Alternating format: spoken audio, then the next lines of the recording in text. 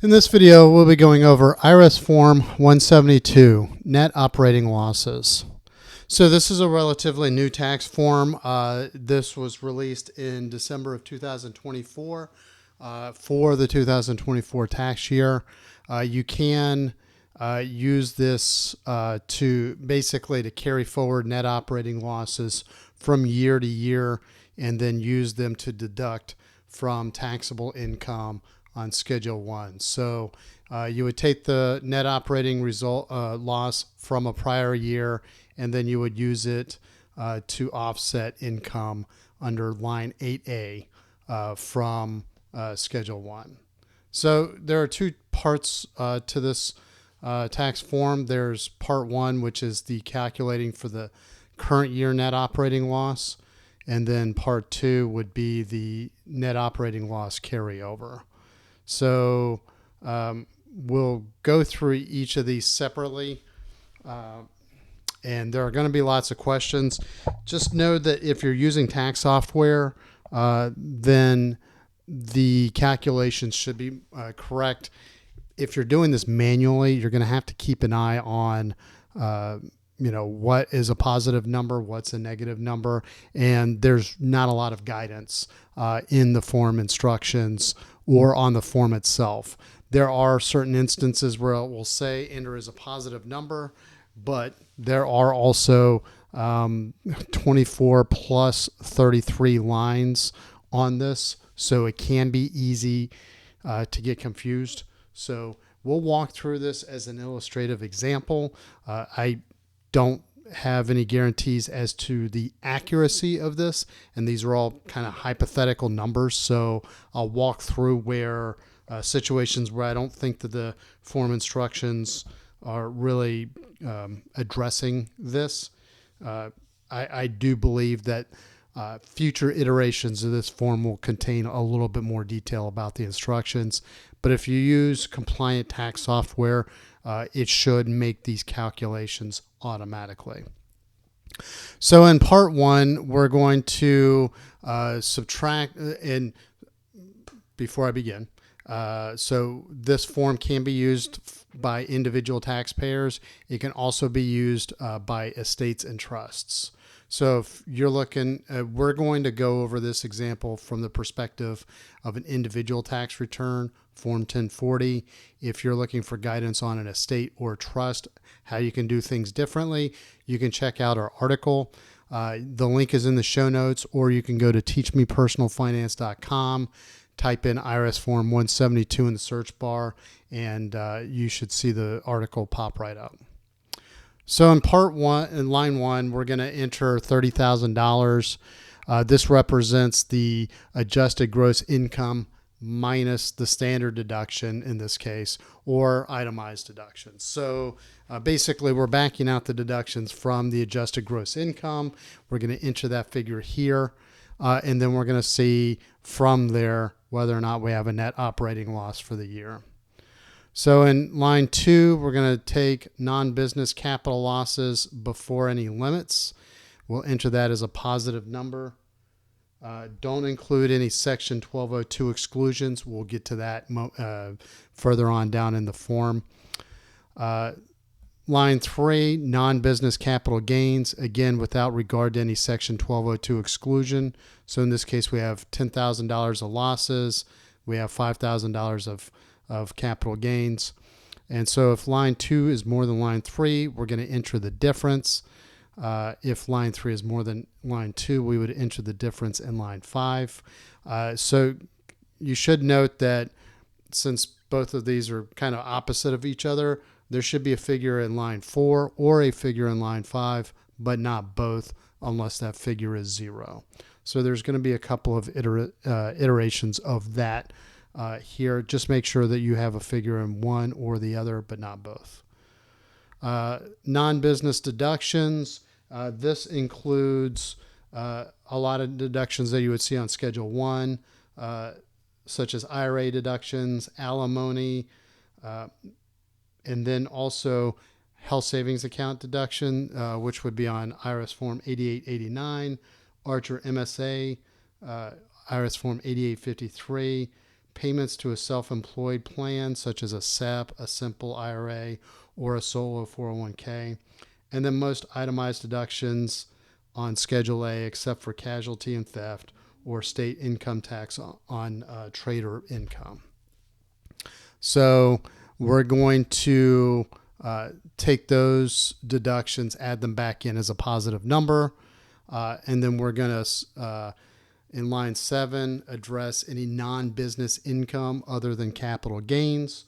So that would include IRA distributions, pension benefits, or annuity payments reported on IRS Form 1099-R, Social Security payments, dividends reported on Form 1099-DIV, investment interest reported on 1099-INT, or any non-business income from an S corporation or a partnership. So in this case, let's just imagine that we have $1,000 of non-business income from interest. So we'll put that in there. We'll add lines 5 and 7, which gives us $1,000 in line 8. And again, if line 6 is more than line 8, we would enter the difference here. Otherwise, enter 0. If line 8 is more than line 6, enter the difference, but don't enter more than line 5. So in this case, that's a moot point. We're going to enter 0. And then we have business capital losses before limitation. Let's just say that we have $10,000 of capital losses from our business. In line 12, business capital gains, we don't have any. And we don't have any Section 1202 exclusion. So we're going to add lines 10 and 12. We get line 13 equals 0, which we're going to subtract from the $10,000, and we get $10,000. We're going to add that to line 4, which is $15,000.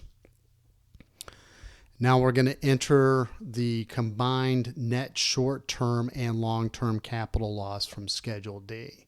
So that would be the line 7 and line 15. You can enter that here, or that's the combined. You can get that figure from line 16. So in this case, that was $25,000. We're going to enter that loss as a positive number. So if you don't have a loss and you don't have a Section 1202 exclusion, you can skip all these lines, enter this amount on line 22, and then just keep going. We do have a loss here, so we'll enter that. The Section 1202 exclusion, we finally get to it in line 17 of this form, but we don't have it for the purpose of this example, so we're going to simply subtract that from line 16. We get 0. Or sorry, if we get $25,000 minus 0 equals $25,000. So if line 16 is a loss, we'll enter the smaller of either this loss or $3,000, which in this case, the smaller of that is $3,000. And then if line 18 is more than line 19, we'll enter the difference here. Again, if it's flip-flop, we would enter the difference over here. But in this case, we're going to enter 0 here, $22,000 here. We're now going to subtract line 20 from line 15. That would give us minus $7,000, but we're going to enter 0 here because that's what it says. Let's imagine that we have an NOL deduction for losses from prior years. We're going to enter $10,000 as a positive number. So if we combine all of the lines, 1, 9, 17, so 1, so that's 49,000 plus 17 plus 21, 22, 23. We have a total of, what is that? 59,000. So in this case, we don't have a net operating loss, so we don't really have anything to report for the current year. However, we will do part 1 because this net operating loss right here is a carryover from prior years. So let's go back to the form and let's kind of go over part 2 on how you could carry over the NOL from prior years. So there are two columns. Second preceding tax year, basically you would enter this information. You would have an NOL carryover to the subsequent year, which you would then use to complete this part here. So a couple of caveats. We're not going to complete this. We are going to start from this number right here is the NOL carryover. Let's just say that this is from 2022. So we're going to start with this $5,000. We're going to enter that up here as a positive number. So for 2023, we're going to enter the taxable income before that carryback. Let's just say that that taxable income was $15,000. In line 3, we would have the net capital loss deduction for that year. And let's just say that that was a maximum of $3,000. We also have the Section 1202 exclusion. All of these items we would have to add back in. So qualified business income deduction, adjustments to AGI in Part 2. These are all items that result in modifying your AGI. So that includes the allowance for passive activity losses for rental real estate. That would be on Schedule E. Taxable Social Security, IRA deductions, excludable savings bond interest on IRS Form 8815, the exclusion of adoption benefits under an employer program on IRS Form 8839, and then student loan interest reported on 1098E, or tuition and fees reported on Form 1098-T. So let's just say that all of that resulted in negative $10,000. And then what we don't have is the adjustment to itemized deductions from line 33 below. So what we're going to do is we're going to take a pause right here and just kind of talk about what this looks like. So itemized deductions. So lines 11 through 33 only apply if you had itemized deductions, only if lines 3, 4, or 5 are above 0.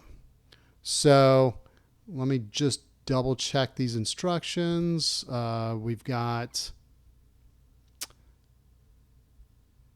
all right, so the first thing we need to do is change all of these to positive numbers. My mistake.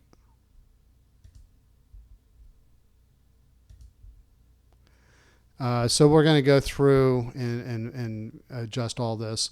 But basically, if you didn't itemize deductions, or if items 3, 4, and 5 are all 0, then you don't need to complete lines 11 through 33.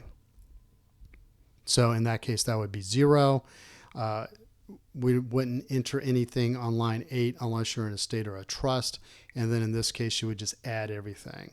So basically, we're adding everything over here and subtracting this number out here. So 18,000, 33,000. So this would work if this was like, let's call this $35,000. And then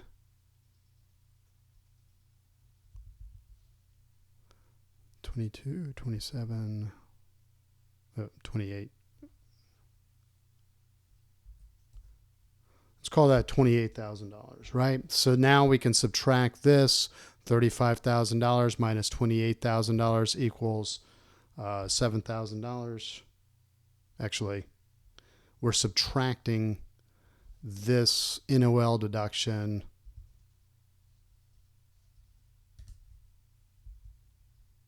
So now this is a $7,000 carryover. So basically, we had $35,000.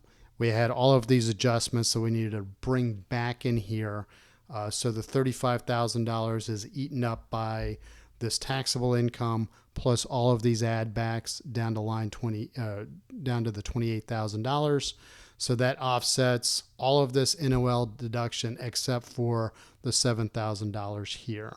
So this is the amount that you would then enter on the following year's Schedule 1 right here. So this would be $7,000 net operating loss carryover. So that's how that form works. If you ended up having to make adjustments to itemized deductions, we'll briefly go over this, but what this is saying is we're going to take the AGI before the carryback, we're going to add these items back into it, and then we're going to combine that together. So let's just say that this was $50,000, and then we're going to add these items back here, which is another, looks like 18,000. So the modified AGI is $68,000.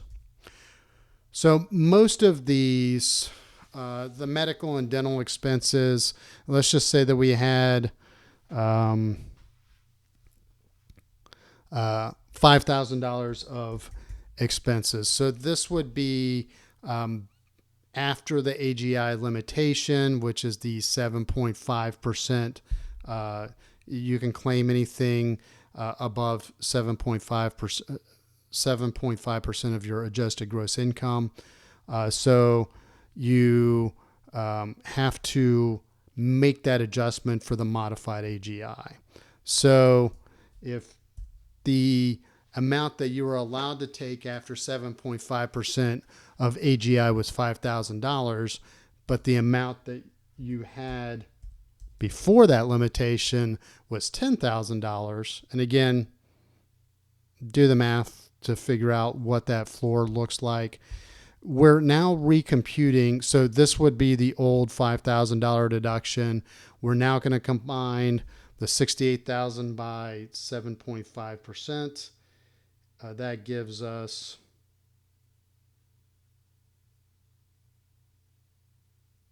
$5,100.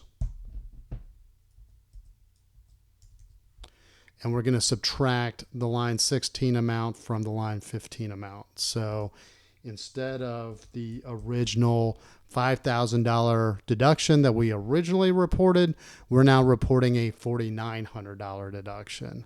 And then we're going to subtract that from here, which basically means that this is an adjustment of $100. Mortgage insurance premiums. So they're no longer an itemized deduction for tax years 2022 and more recently.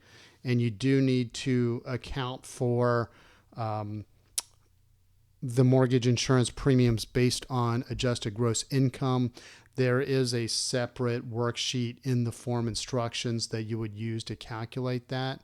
I'll briefly go over what that instruction looks like.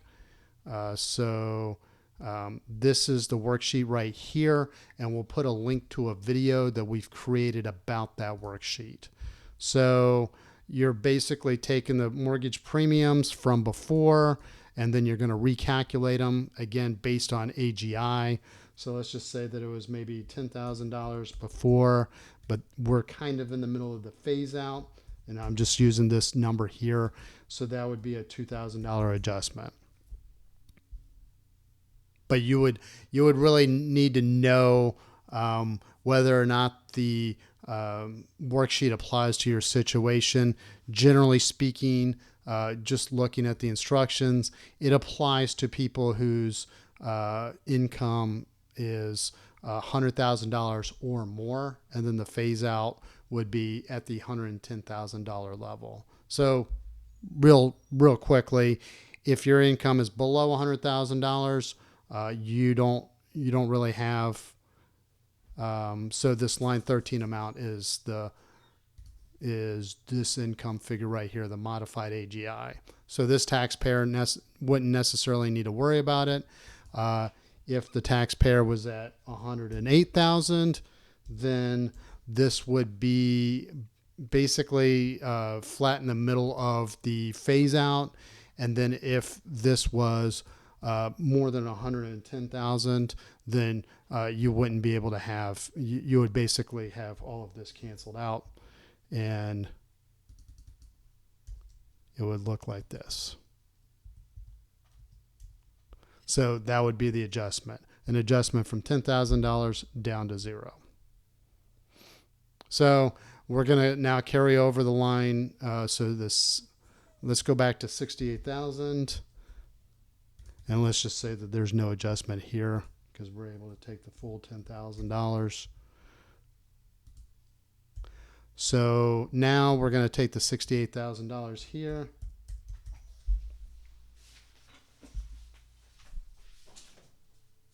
And we're going to continue going. So if we have a NOL carryback from a prior year that was deducted to calculate line 11, we would enter that here. So looks like NOL carryback. I don't see that in here. So we would have to go back to whatever the carryback was that, let's just say that there was a carryback that was $5,000. You would have to add that back in. And now we're at $73,000. And we're going to now apply those limitations to the charitable contributions as well as any casualty and theft loss deductions.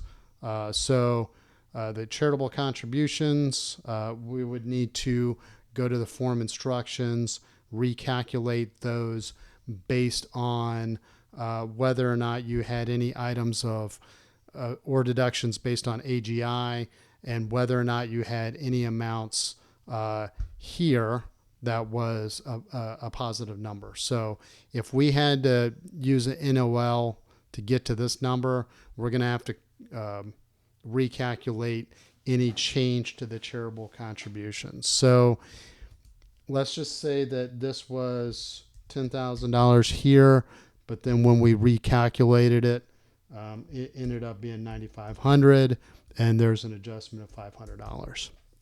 Again, this is not mathematically based. I just put these numbers in here for the sake of time so that we can kind of go through the rest of these. So the casualty and theft loss deduction. So remember, there is a floor that applies. So you would need to do the deduction from the actual deduction that was calculated on IRS Form 4684, and then we would need to calculate the total losses before that limit, the AGI limitation, go back and back that in. So let's just say that we calculated a $5,000 deduction, but the actual losses was $10,000. That means we basically gave up $5,000 of the deduction. We're now going to go back and recalculate this. So the $6,800, we got this by multiplying line 22 by 10%. We're going to subtract this from line 29, so that's $3,200. And we're going to subtract that amount from the amount that we originally deducted. So that's an $1,800 adjustment to our deduction. And we're going to combine all of these items on the right-hand side. So line 18, 21, 27, and 32. And that gives me $2,400. That's going to be the number that actually goes on to line 7 up here if we actually needed to do that. So that would be the number here. And then we would go through and calculate the rest of that NOL carryover. So this probably this video should help you understand the mechanics of this, but again, I would use your tax software. In this case, I would trust this over personal calculations. If you're in a situation where you think you have a net operating loss on your personal tax return, I would probably take the extra step of actually using tax software that can help you with this form. I'm not sure I would do manual calculations on this until the IRS has a little bit stronger advice on, a little bit more clarity on how this, the function of this form works. So this is a form that replaced an IRS publication on net operating losses. And again, this is the first time that it's being used in this format. I do expect some minor changes to go in subsequent years, but probably not in time for the 2024 tax season. So we'll put links, as I mentioned, we'll put links in the show notes to resources we've created about forms and schedules mentioned in this video, as well as the line 20 worksheet walkthrough for the mortgage insurance premiums. If you're not familiar with mortgage insurance, it used to be, it's also known as PMI. That used to be a deductible expense before 2022 on Schedule A. So as I mentioned, we'll put links in the show notes to the resources we've created about forms and schedules mentioned here. So if you like our articles, please subscribe to our newsletter. If you like our YouTube videos, please subscribe to our YouTube channel. And as always, if you have any questions or comments, or if there's another topic that you'd like to see in an upcoming video, please hit me up in the comments section. Thank you very much and have a great day.